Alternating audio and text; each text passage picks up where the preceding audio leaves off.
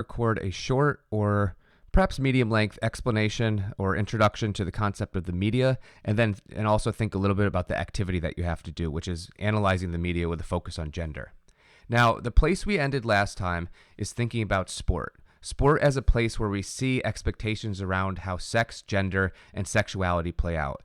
In particular, we were looking at the tension that women athletes face, where there's an expectation to both perform what's seen as socially acceptable femininity, right, and also sexuality, and then at the same time maximize performance, and how these two often don't align, or they're even in direct opposition to each other. We can see this play out on the professional stage as well, right? Pro athletes also face this tension, and perhaps the best way to understand this is to look at marketing. These are examples of covers or promotions occurring in Sports Illustrated or ESPN, the two most dominant media outlets for sport-related content, right? Now, if you look at these magazines, first thing to note is you don't see a lot of women on the cover. You actually see more covers in Sports Illustrated in the last 15 years of women in bikinis, right, for the Sports Illustrated swimsuit edition than you do professional athletes, even though it's a magazine specifically about sporting accomplishments. And when you do see women on the cover, it's often in the team context. So you see like the whole soccer team rather than an individual athlete. But sometimes you do see individual athletes, right? And we could look at something like ESPN's cover where you have Candace Parker, one of the greatest WNBA players. But is there any indicator that she's even an athlete, right? And how many different ways do we see femininity played up in these images? With Candace Parker, you have her wearing makeup, you have her smiling, which you don't always see with male athletes, you have long hair, and you have her being pregnant, right? What better indication of femininity than focusing on her pregnant body? In the bottom left, you see someone holding a basketball, right? Indicates a sport that they're participating in. But then look at the outfit, right? That doesn't match up with what you would actually see with the performance body.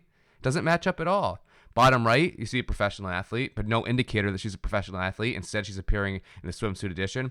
And then top right, again, another one of the greatest at WNBA players of all time, holding a basketball this time for Sports Illustrated, but the focus is on the fact that she's pregnant. You see this even more with violent sports, right? It almost seems like the more violent or more physical, the more the promotions have to push to also emphasize proper traditional proper traditional femininity, right? Saying, look, because there's all these transgressions happening in the sport itself, we're going to ensure you that these are women and you don't have to worry about their sex status, about their gender performance, and their sexuality. We're going to remind you of that constantly. Right? You have someone like Cyborg, who's one of the greatest women fighters of all time. You see her on the top left. And then look at the promotional photos that are often used, right? These are ones that she puts out in part because she's trying to market herself.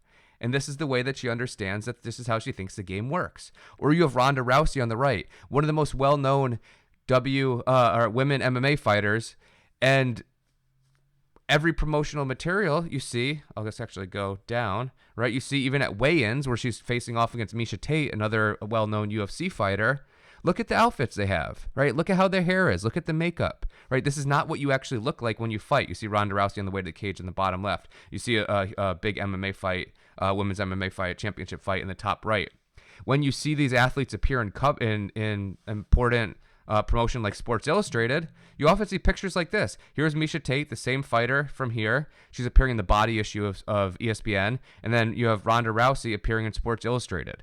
This isn't emphasizing the sport, right? Even though you have Miesha Tate wearing pink, of course, wearing pink hand wraps, which you would be wearing when you fight with gloves over them.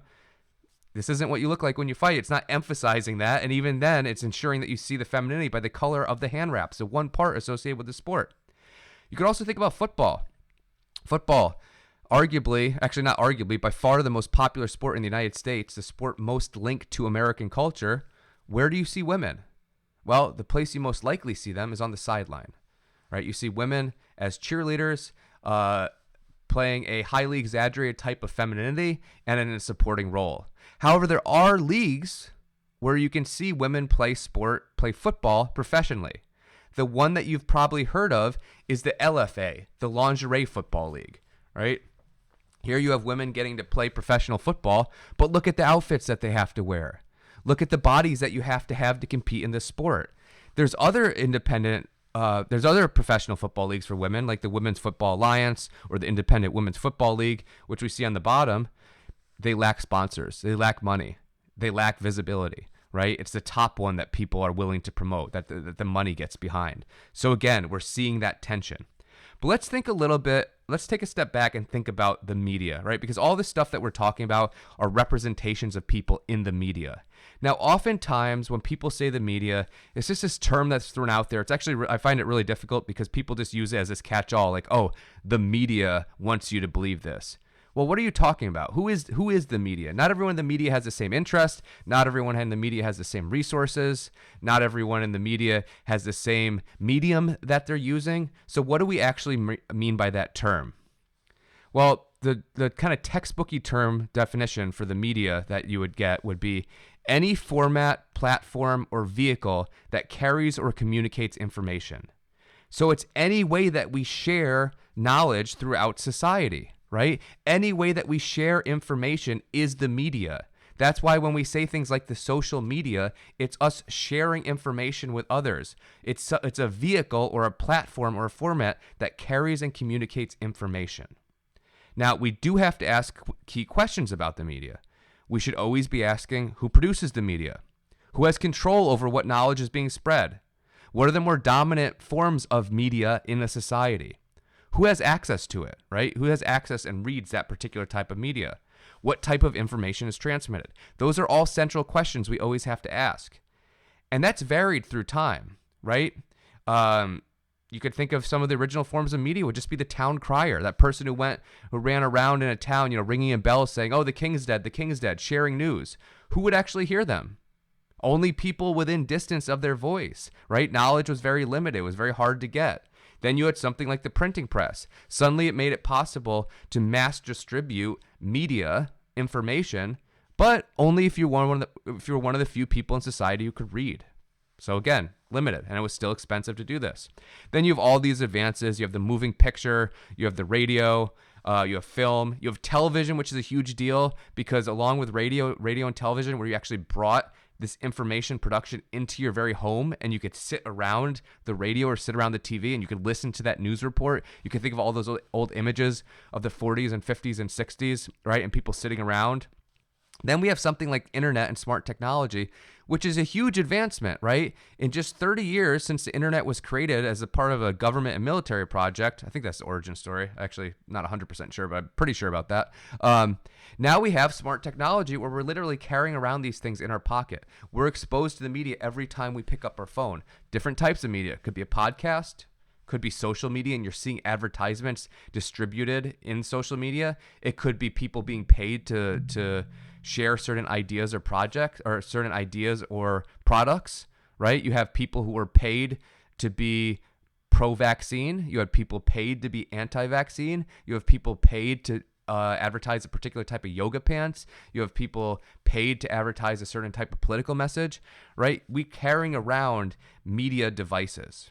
Now, there's lots of different ways to study the media. We're focusing on gender, but you could easily do a study of news sources right now and how they present different political issues or different important social events. You could do a study of the role of something like, trying to think. There's so many different options. You could look at how sports media works. You could look at how influencers work. You could look at how, I'll just go on, but there's lots of different options that we have, right? Now, when you're studying the media and entertainment, but when you're studying the media, there's 3 different approaches that you can take, right? And these are important to know. The first is looking at the media and entertainment, because one of the examples I'm giving here are video games, right? So we have Grand Theft Auto on the left, and I think we have Soul Calibur on the right. And a lot of times when we look at video games, there's all these questions about racial representation, representations of gender, but specifically with video games, it's about violence, right? How much violence is being portrayed in video games? And then the other thing that we should be asking is about the sexualization of women, because if any of you have played video games, you could think about how women are shown. Soul Calibur is a good example. This is a fighting video game, right? This person's not wearing an outfit that you would fight in. It's not talking about the functional versus aesthetic body and fashion. This is video game skews 100% towards one direction. Now, when you're studying something like video games, we'll use that as an example. When you're studying media, there's three ways to look at it. First is as a reflection of society. There's ideas in society, there's trends in society, and what the media does is it simply reflects or captures exactly what's happening in society. Second approach would be as a producer. It's actually shaping the way we see the world. It's producing new ideas. For people who are panicked about the violence in video games, they fall into the second category. They think that it's actually producing and creating violence in society. It's producing ideas in the people who consume it. If you're in the first camp, the reflection category, you'd say, well, no, it's just we're a violent society. That's why we have violent video games. The third would be as a reifier. And the best research usually falls here. What it means to reify is it takes things that already exist in society, but by capturing them and packaging them, it makes it stronger, right? Every time you play that video game and you see that violence, it's actually capturing these themes in society. When you see the sexualization of women over and over, it's capturing it something in society, and it's making that message stronger as we consume it. Next thing to think about is a debate between the idea of the media as a culture industry versus a cultural democracy. The idea of a cultural industry, treating media as a culture industry, comes from Theodore Adorno. You don't have to remember that name, but his critique of popular culture is that it encourages, it basically encourages passive consumption rather than engaging creatively with the work. We simply sit and we take in the images from social media. We simply sit and we take in the messages from the news. We simply sit and we take in the messages that are contained in advertisements, and we absorb them, and it shapes the way we see the world. The idea of a cultural democracy would argue that no, the media, companies, advertising are always responding to what we, the consumer, want. Therefore, it's more of a democracy because we all have input. Best research, again, this probably isn't surprising, falls somewhere in between, right? So as a researcher, if you skew completely to one way, it's probably not that accurate to how things actually work, what, for instance, brand psychology tells us and what sociology tells us. But it often does skew a bit towards the culture industry. People do tend to be, to some degree, passive consumers, which raises questions. And this is what I asked you before after you watched the documentaries about gender. Can you simply resist the influence? The research says no. Right? Even if you're active in saying, I understand that this is just designed to influence how I see the world, even if you resist it, you still subconsciously soak in a lot of those ideas. If you're told over and over who you are supposed to find attractive, who counts as an attractive individual, how we're supposed to see and treat women, right? How men are supposed to act. If we see those messages over and over and over, even if you're resisting them, part of us soaks that idea up. And you could think about your own life and how much it's influenced you. I myself, right? I'm someone who studies this type of stuff. I've done research on these topics. I've read about these topics. I can't deny that the constant barrage of images and messaging doesn't influence the way I see the world, right? And I think it would be a little bit arrogant to say that I can simply resist all the messages around me telling me why I should buy a new pair of pants, why I should drive a particular type of car, why I should, whatever product will make me feel like cool and attractive, right? Those things have an influence on us. Now, if you're studying the media, if you're studying culture, there's three levels that you can approach it, or three parts of the process. This is a really useful thing to consider. If we have a quiz we'll probably have a quiz after Thanksgiving at some point. Make sure you understand this. Let's take an example. What would be an example? Let's look at music. Let's look at rap music. So we're looking at rap music as an example. There's three levels you could study at it, three parts of the process. The first would be at the level of production. This means, how is that cultural object, rap music, how is it produced? So if we're going to study rap music at the level of production, how is it made? We would do a study about the rappers themselves. How do they come up with ideas? Where do they come from? Why do they rap about particular topics? How do they end up with a particular producer? What's it like getting a record made? How do they get signed to a particular recording label? What is the role of the recording labels? Right? All of that is about the production. What goes into making this thing? The second thing that you can study is the object itself. In this case, the object itself is the song that's already been recorded.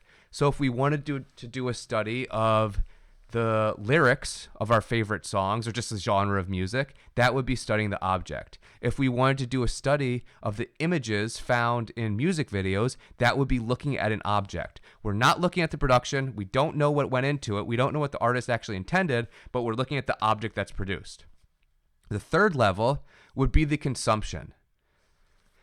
What happens with the people who listen to it? Who actually buys this music? When they're listening to a lyric that's perhaps violent, what does it mean to them? Do they find it entertaining? Does it influence them to also wanting to do that type of act? Right? What actually happens? Most of the research falls at the level of the object because it's easier. Right? It's this thing that exists in the world that you can easily gain access to. The best research can do all three, which is difficult. It can trace something from the production to the object that's created to the people who actually consume it. Doing research at all three levels is great, but there's three different types of research that you do. How is it made? What is the thing that's made? And then how do people actually consume it? When you're studying the object, which is what we're going to do for the activity that I told you that you had to do for class, there's a few different approaches. There's all these different approaches to what's generally called visual methodologies. Visual methodologies means it's all about studying that cultural object. You're studying this thing that exists. You could use it also for audio content, right? But it's about studying this cultural object that exists in the world, which often has a visual component. Now, the first question you have to ask yourself, is it going to be a quantitative study? Is it going to be a qualitative study? We're going to come back to that in a little bit. You don't even really have to know all these terms on the left. Basically, people from different disciplines, sociology, psychology, cultural studies, gender studies, geography, media studies, communication, all study the object because they're cultural objects that can be studied from another number of different perspectives, and they draw on somewhat different theoretical backgrounds, but they're just different approaches to getting at the same thing. They look a little bit different. You don't need to memorize those terms. What we're talking about today, that's a mix of content analysis and semiology.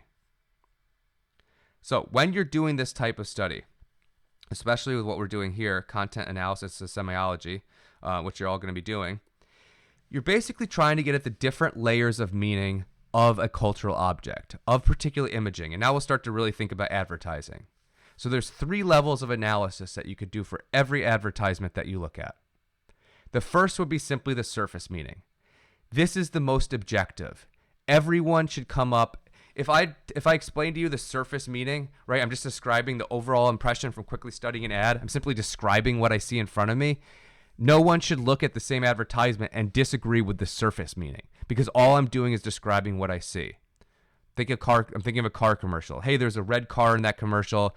A guy is driving it wearing sunglasses. There's a woman looking in his general direction. She's wearing a dress. That would be describing the surface. The second thing to think about is, well, why do we think that's happening, right? What is the producer's or advertiser's intended meaning? What is the preferred or expected meaning that a reader might get from the ad? What is trying to be conveyed? In the car commercial, it'd be pretty easy to say, well, it's trying to convince us that this car is a cool car because this attractive guy or maybe even a normal looking guy is driving it, but he seems like he's enjoying life. And then you have this attractive woman looking at him, right? So the intended message is probably drive this car and you'll be perceived as being more attractive. You'll be the attention getter. Then, and 2 and 3 often blend together, the third one is where we really start to be researchers and sociologists, is thinking about what are the deeper cultural or ideological meanings? What are these larger ideas that the ads rely on or reify, right? They take these ideas and promote. So in the sense of the ad that I was giving us, we could think about, well, it's definitely playing into gender roles, right? Who's driving the car? Who's looking? What is the reward for having the car? What is the color of that sports car? All those different things that we could attach a meaning to, where it gets a little deeper than the producer's intended meaning. So you could look at it with all 3 levels. Now, there's a classic example of this, and this is all the way back from 1972, and I want you to remember this because we're going to return to this in the activity. In 1972, there was this classic study, one of the best studies of commercials, and this guy, Richard Berger, who I think was an art critic actually, but he looked at all these commercials that had men and women in the commercial. And what he found was that over and over, men act and women appear, meaning the role of the men in the commercial was to be doing something. They were the focus of the story. They weren't simply there. They were engaging in some sort of activity, and the role of the woman was to be that supporting object. or even just be the central object, but it wasn't engaged. The women were not engaging in activities or actions. So hold on to that. We're going to return to that a bit, and then you're going to return to it with your commercials. Now, I just wanted to point out, I've been focusing on the qualitative analysis, right? We're looking at the deeper meaning. We're trying to understand we're doing a quality study. We're not looking at as many commercials. We're trying to understand what is that cultural or ideological meaning buried underneath. You could also just do a quantitative content analysis. With this, you would stay on the surface, right? You would just describe the qualities that everyone would agree on. You just describe what you see. Now, there's a well-known study. I think it's a great example of quantitative content analysis related to gender and advertising. It was by Dworkin and Wachs. Came out in 2009, the study. And what they did was they looked at 10 years of a women's fitness magazine. And they coded what the women were actually doing in the magazine. And they discovered there was this really fascinating shift where it started out on the magazine that women were engaging in an activity, right? Acting, not simply appearing, where they were hiking or they were playing with their dog or they were swimming at a beach. And then it shifted over to the years to looking like what you see in front of you. And actually, it's kind of interesting. Do a Google search of women's health and fitness, and you'll see every cover looks like this, right? It's women just appearing in outfits where it shows their stomach almost always, it shows their legs, the women are smiling, and they're not engaging in activities. I mean, it's really crazy to do. And it's almost everyone having the same body type. So look at this and pay attention to appearance, pay attention to skin color, pay attention to hair, and pay attention to what they're actually doing. And I promise you'll be amazed about how uniform it is if you go to Google and type in women's health and fitness covers.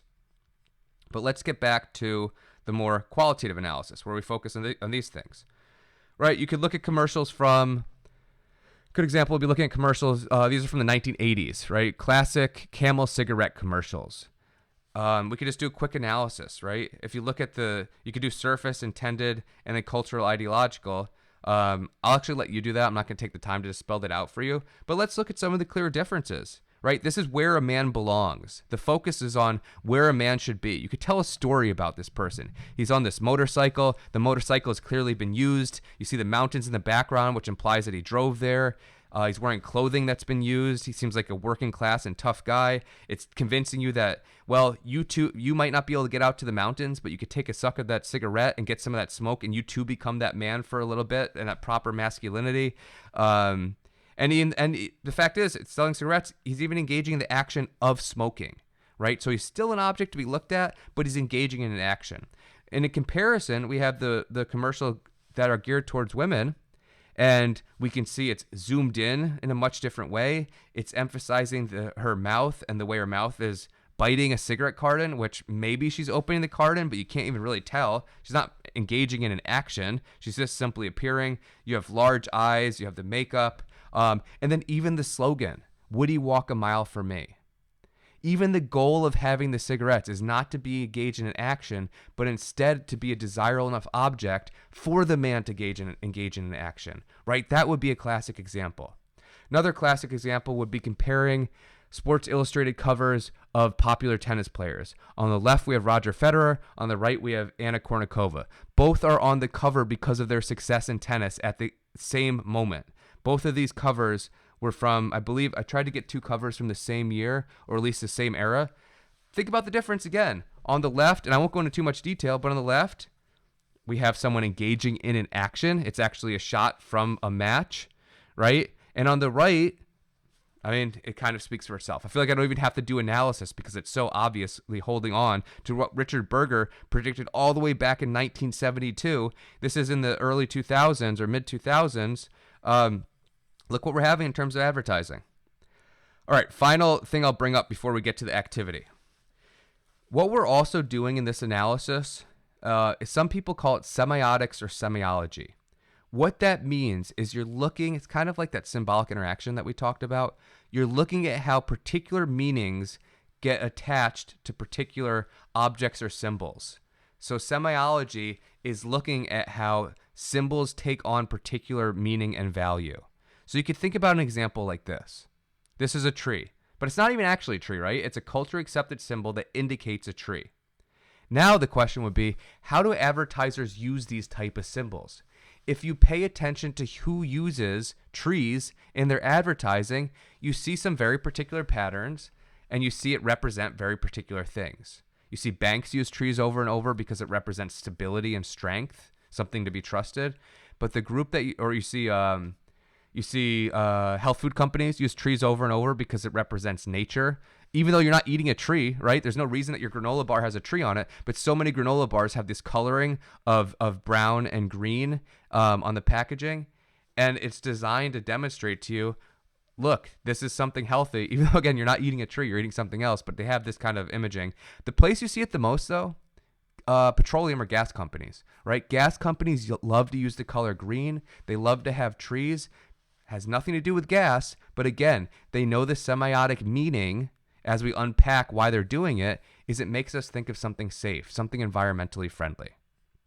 You can think about how other trees have different meaning, right? Again, trees, these symbols get loaded with meaning. With semiotics, we're trying to unpack what is the meaning attached to this? How are advertisers actually using them? What is this supposed to symbolize to us?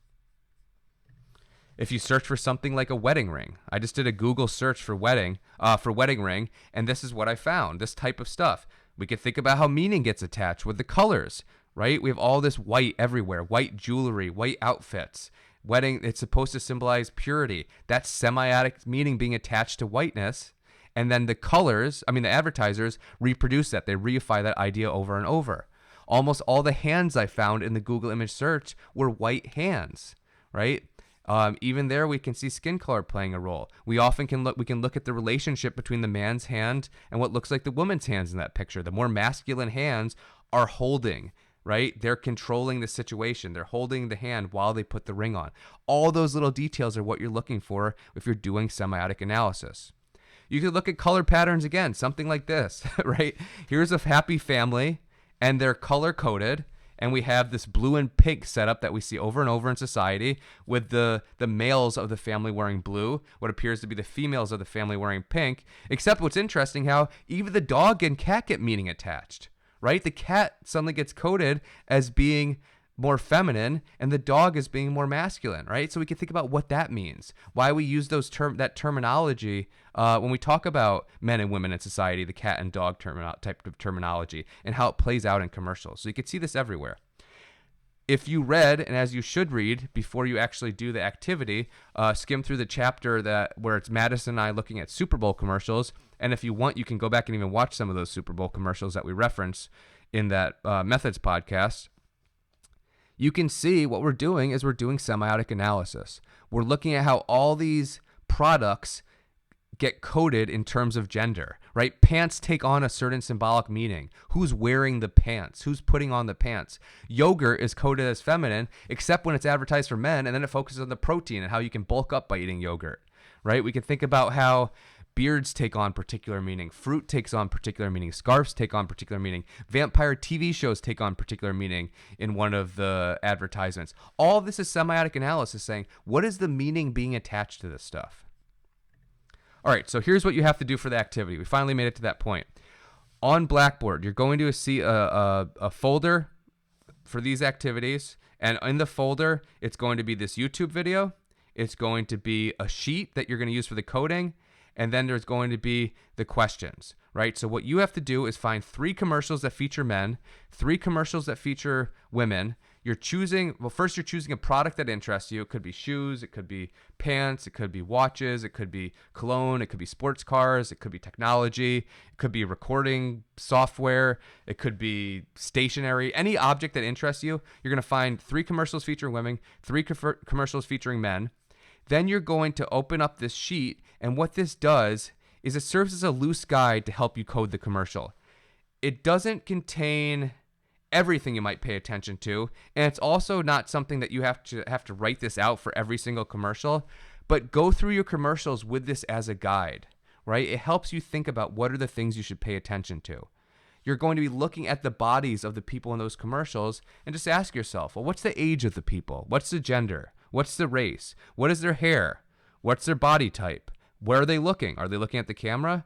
Right? What do they just generally look like? Then you're going to look at mannerisms. Then you're going to look at activities. Then you're going to look at props and settings. So this is a way to just walk you through doing this type of analysis. So do this with each of the commercials. You don't have to write it completely out, but then you're going to use that analysis that you just did of each of the commercials to answer the following questions. And you'll see this on Blackboard.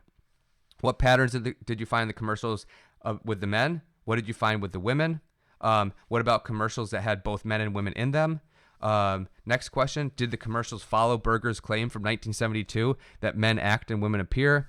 Was there anything that surprised you when you did the analysis? And then what trend or pattern with your commercials seemed the most important or sociologically interesting to you, and why? Now remember, this is a replacement for class on Tuesday, so I want you to have a very detailed analysis, right? I don't want this to just be this kind of cursory skimming through very brief answers. Take your time and really explain this, right? This counts as 2 in-class writings, so it's a more significant portion of your grade. And I also think it's a fun activity, but it gets more fun the deeper you go with the analysis. If you just do that surface reading, it's kind of boring, but when you really think about what you're seeing, it gets interesting. And it can be interesting whether it confirms what Berger said in 1972, or maybe you find a shifting pattern with certain products. Maybe you find a different type of advertising. Maybe you find advertising that's trying to appeal to a different group that has different political sensibilities when it comes to gender roles, right? So really try to make sense of what's going on. All right, so that's what I got for you. I hope that all made sense. Email me if you have questions.